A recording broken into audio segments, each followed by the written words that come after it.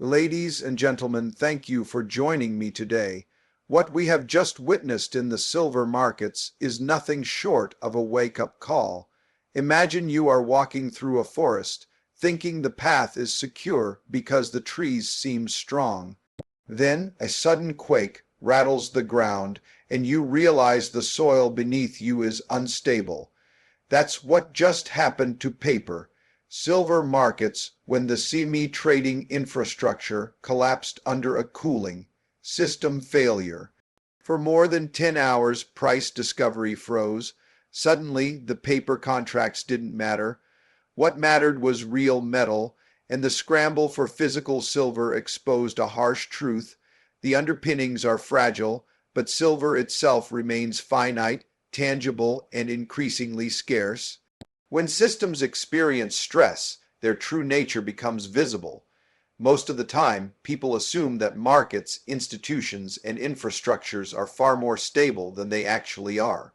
They see the surface, the screens, numbers, and orderly trading, and they assume the machinery underneath is solid and predictable. But reality is more complex than that. Systems, especially financial ones, are fragile when too many assumptions stack on top of each other.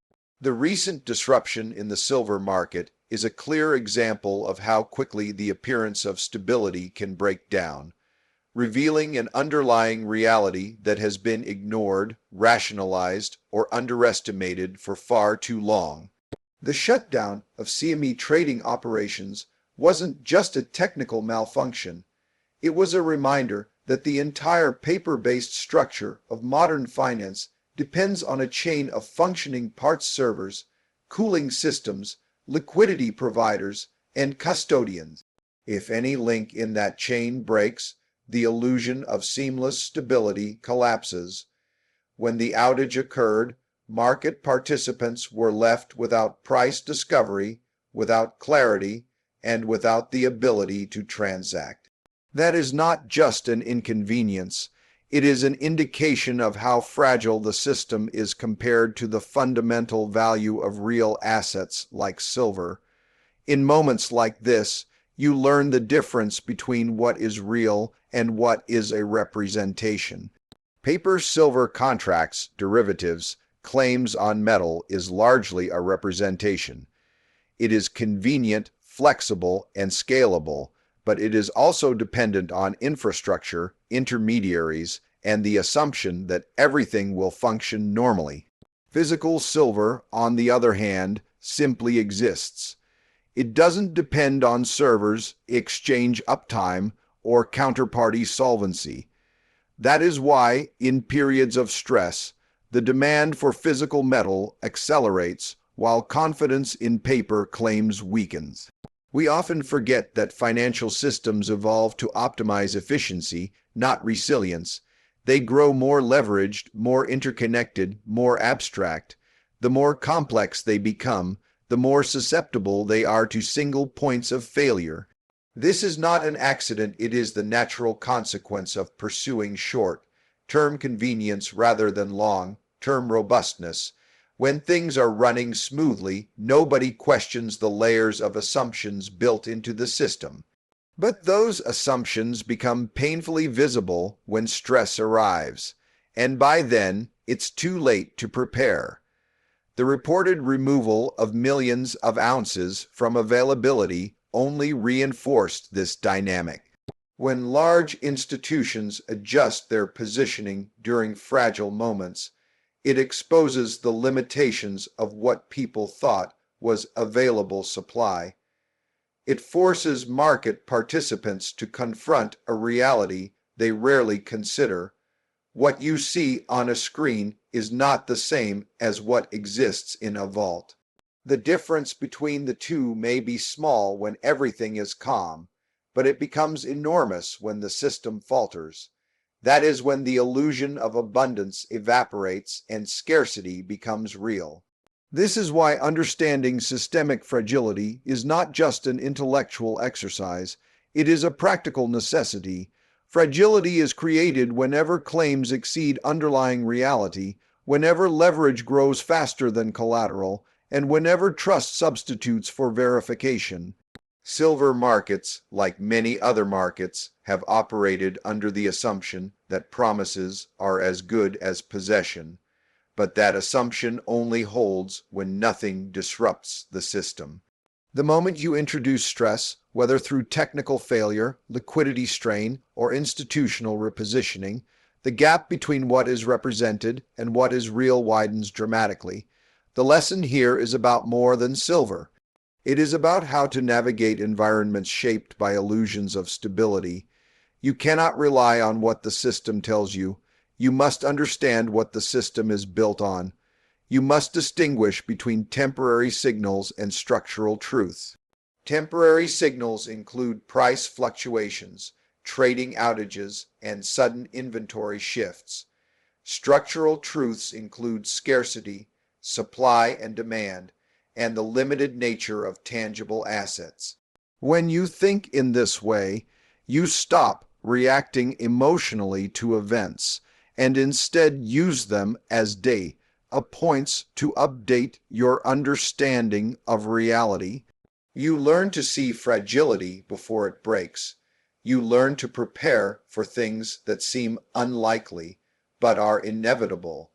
And you learn to value the things that retain meaning regardless of system performance.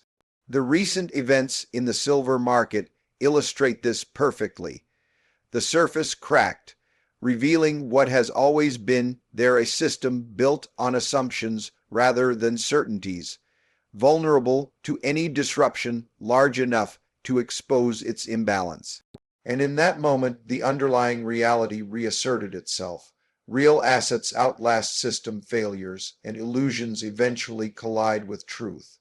When you look closely at the silver market today, you see a pattern that has been building for years. It is not a sudden development, nor is it the result of a single event. It is the culmination of long-term forces shaping supply, demand, and the structural realities of how this market functions. Most people focus only on price movements, but prices can be misleading in the short run. What matters far more is the underlying imbalance between what the world needs and what the world can produce. This imbalance has been widening steadily, and the evidence of a structural deficit grows more apparent with each passing cycle. Silver is unique because it straddles two worlds. It is both a monetary metal and an industrial metal. That dual nature is what makes its supply shortage more consequential. On one side, investors look to silver as a long-term store of value, especially when currency depreciation, debt cycles, and monetary easing create uncertainty. On the other side, industries ranging from solar energy to electronics to medical technology depend on silver because of its unmatched properties, conductivity, reflectivity, antibacterial qualities, and reliability in high-performance environments. These two sources of demand do not move in perfect alignment, but together they create pressure that the mining sector has struggled to meet. The mining side of the equation is where the structural issue becomes clear.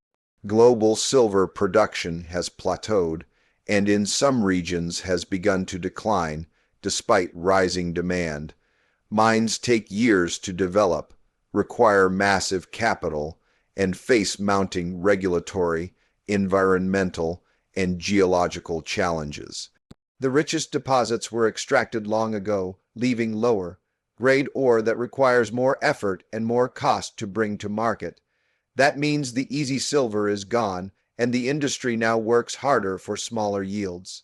Meanwhile, many miners prioritize gold or other metals, treating silver as a secondary output rather than the primary focus of their operations. This creates a built-in constraint. Even if demand surges, supply cannot quickly adjust. This mismatch between rising demand and constrained production leads to persistent deficits. Inventories help bridge the gap for a while, but inventories are finite. When consumption exceeds production year after year, the buffer thins out. Eventually, the market reaches a point where available supply no longer provides the illusion of abundance. That is the structural tension building beneath the surface. You may not see it in prices every day because financial markets can suppress or distort signals in the short term, but the underlying fundamental imbalance continues to grow. One of the most revealing indicators is the increasing reliance on above-ground stocks to satisfy industrial needs.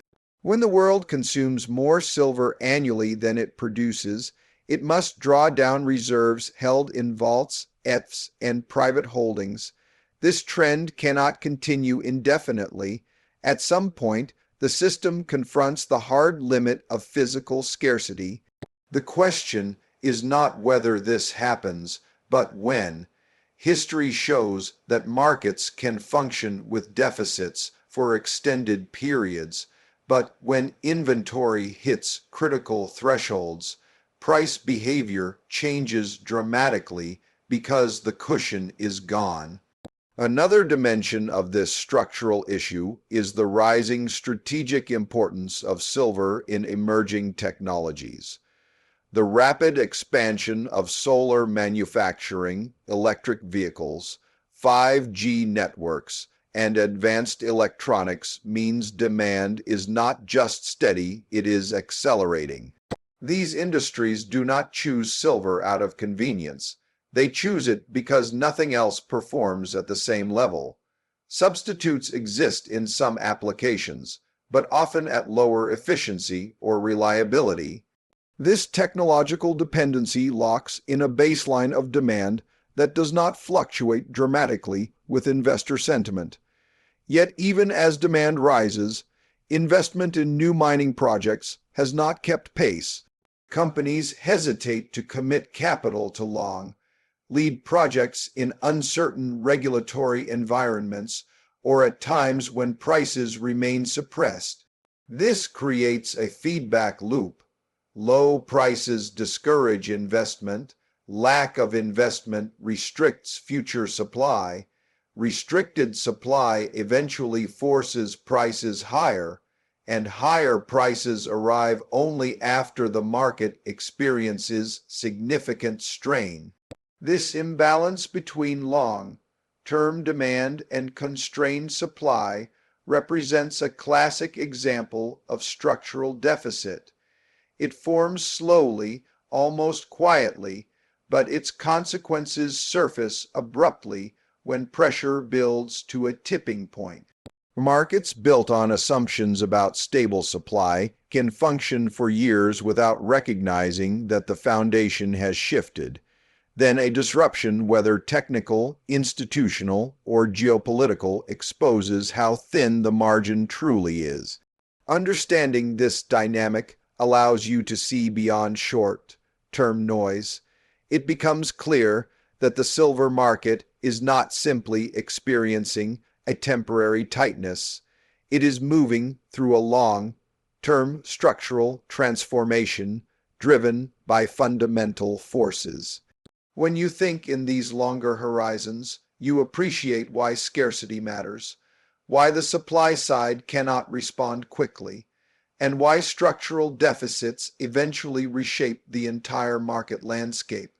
When you look at long-term market dynamics, it becomes clear that supply and demand don't move in straight lines. They shift through cycles, creating imbalances that build quietly over time and then suddenly reveal themselves. Silver is a perfect example of this phenomenon. What many people focus on is the day-to-day price, but what truly matters is the underlying structural picture. And that picture shows a metal that is becoming increasingly scarce in relation to the needs of the world. Silver is unique because it is both a monetary metal and an industrial one. This dual identity creates a demand profile that is far stronger than what most people realize. Modern technologies rely on silver solar panels, electric vehicles, medical equipment, electronics, energy infrastructure, and a long list of emerging technologies that consume silver at higher rates than ever before. These are not discretionary industries.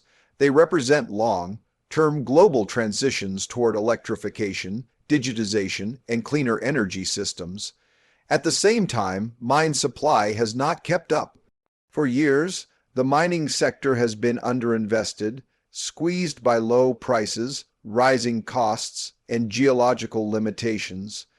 Many of the world's major silver mines are aging, grades are declining, discoveries are fewer, deposits are deeper, and extraction is more expensive. You cannot manufacture new silver, you can only extract what exists in the earth, and the reality is that high-grade, economically viable deposits are becoming harder to find. Recycling, once a significant buffer, is no longer keeping pace either. Modern electronics often contain silver in such small quantities and such complex structures that recycling them is uneconomical. The world is consuming silver faster than it can be replaced, and that creates a structural deficit that compounds with time. For the last several years, global silver demand has exceeded global supply. Many analysts treat this as a short-term anomaly, but the deeper truth is that it reflects a long-term shift. Industrial consumption is rising structurally. Mine supply is stagnant or declining. Investment demand spikes during uncertainty, and strategic stockpiles are being drawn down to fill the gap. Eventually, deficits of this nature force the system to rebalance either through higher prices, reduced industrial usage, or a combination of both. This kind of imbalance doesn't explode instantly. It builds beneath the surface. At first, it manifests through declining inventories at exchanges and vaults. Then it spreads to long delivery times, shrinking available stock, and rising premiums for real metal. Markets often ignore these early signals because they still trust the paper representation of supply. But paper claims can multiply endlessly. Physical metal cannot. A deficit becomes most dangerous when market participants become complacent. They assume that because the system has held together so far, it will continue to do so indefinitely. Yet history shows that supply shortages eventually surface in dramatic ways. When there is more demand for something than the world can supply, and when inventories continue to shrink, the entire structure of pricing eventually breaks from its assumptions. The current silver market sits at exactly such a crossroads. Industrial sectors require higher quantities of silver each year, but production is not rising at the same pace. Investment demand increases whenever monetary uncertainty grows, and government-driven transitions such as renewable energy mandates amplify demand in ways that the mining sector cannot quickly respond to. This creates a long-term asymmetry. On one side, structural demand rises every year. On the other, supply is capped by geology, cost, and time. That imbalance is the seed of major market movements. It may not reveal itself through price immediately, because price can be manipulated, delayed, or distorted by paper instruments. But the real economy eventually asserts itself. Over time, the world will face a choice: either reduce consumption of silver in critical industries or pay significantly higher prices to secure it. And because most of the industries that rely on silver cannot easily substitute away from it, the second scenario is far more likely. That is the essence of a structural deficit. It is not just a temporary mismatch, it is a long-term, systemic imbalance that eventually forces a reset. and silver's deficit is deepening, not shrinking.